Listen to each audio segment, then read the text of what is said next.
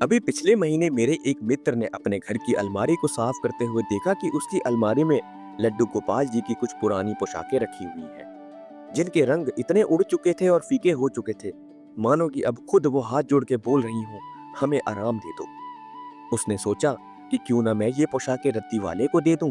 बस इतना कहने की देर थी और उसकी दादी ने उठा ली चप्पल। अगर आप भी ऐसी ही दुविधा में फंसे हैं तो ठहर जाइए, आज एक भी धागा मैं आपका बेकार नहीं जाने दूंगा। राधे राधे दोस्तों, एक बार फिर से आपका मेरे चैनल में स्वागत है।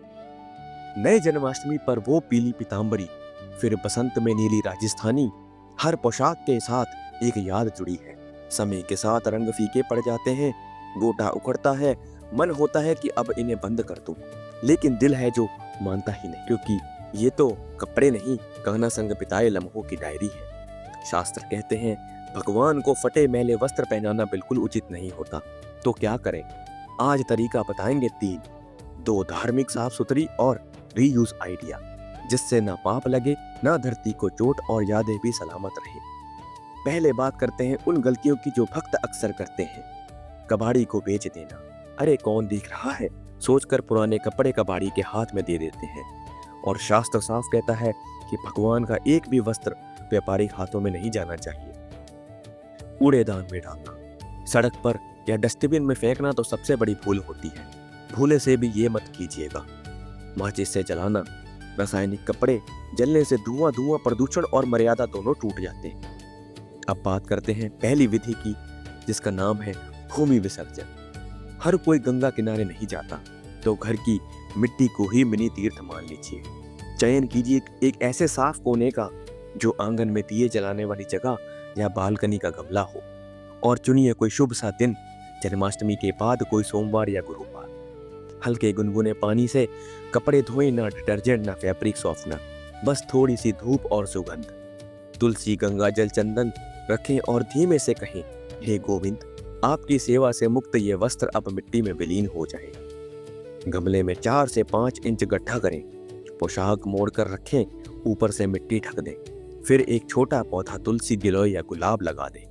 कहा जाता है कि वस्त्रों की ऊर्जा पौधे में उतरती है और बच्चे भी मजे से इस प्रक्रिया में भाग लेते हैं और सीखते हैं। ईश्वर की चीजें हरियाली बन जाती है। दूसरी विधि, जल प्रवाह।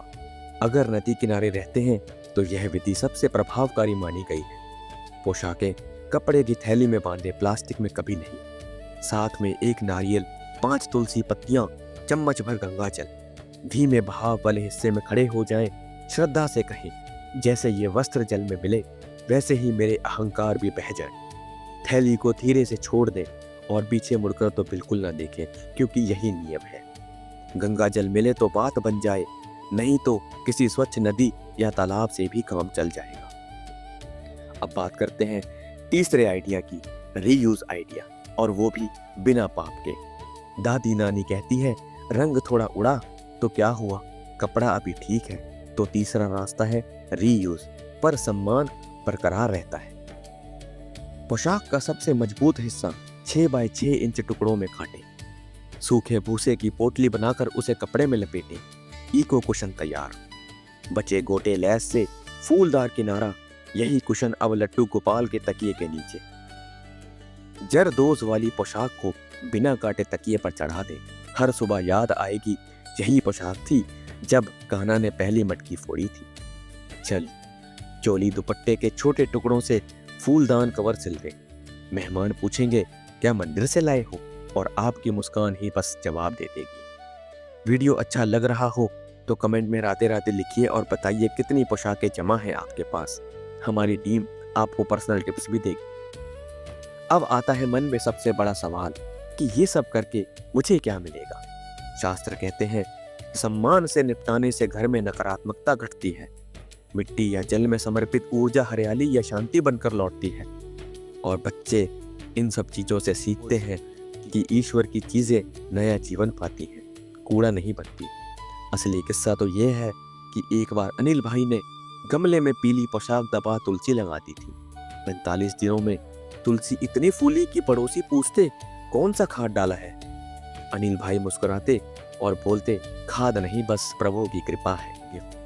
तो ये रही बात, पुरानी पोशाकें अपना बोझ ना गिल्ट, या तो मिट्टी में गाड़ें या जल में प्रवाहित करें, या फिर रीयूज करें, सम्मान बनाए रखें। अगर आप इनमें से कोई विधि अपनाएं तो कमेंट में जय श्री कृष्ण जरूर लिखें और चैनल को सब्सक्राइब करें।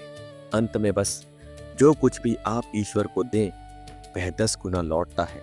कभी हरियाली, कभी शांति, कभी बस एक मुस्कान। राधे राधे।